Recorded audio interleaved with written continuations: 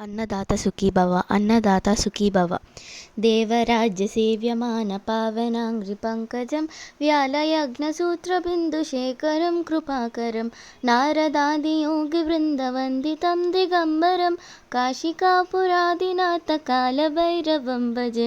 भानुकोटिभास्वरं भवाद्वितारकं परं नीलकण्ठमीप्सितार्थदायकं त्रिलोचनं कालकालमम्बुजाक्षमक्षशूलमक्षरं काशिकापुरादिनाथकालभैरवं भजे।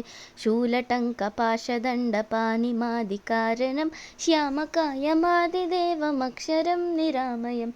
अन्नदाता सुखी भव अन्नदाता सुखी भव। देवराज्यसेव्यमानपावनाङ्घ्रिपङ्कजं व्यालयज्ञसूत्रबिन्दुशेखरं कृपाकरं नारदादियोगिवृन्दवन्दितं दिगम्बरं काशिकापुरादिनाथकालभैरवं भजे। भानुकोटिभास्वरं भवाद्वितारकं परं नीलकण्ठमीप्सितार्थदायकं त्वधर्ममार्गनाशकं कर्मपाशमोचकमक्षरं काशिकापुरादिनाथकालभैरवं भजे। शूलटङ्कपाशदण्डपाणिमादिकारणं श्यामकायमादिदेवमक्षरं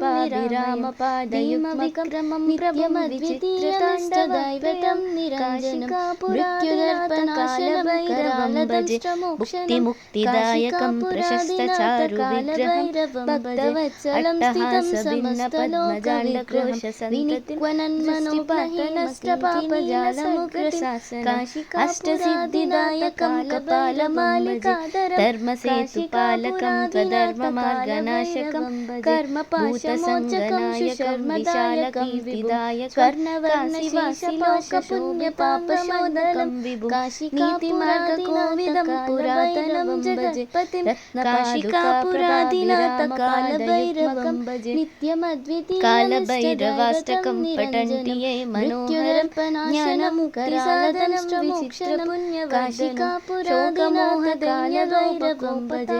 अट्टहासभिन्न पद्मजाण्डकोशसन्ततिं अष्टसिद्धिदायकं कपालमालिकाधरं काशिकापुरादिनाथकालभैरवं भजे।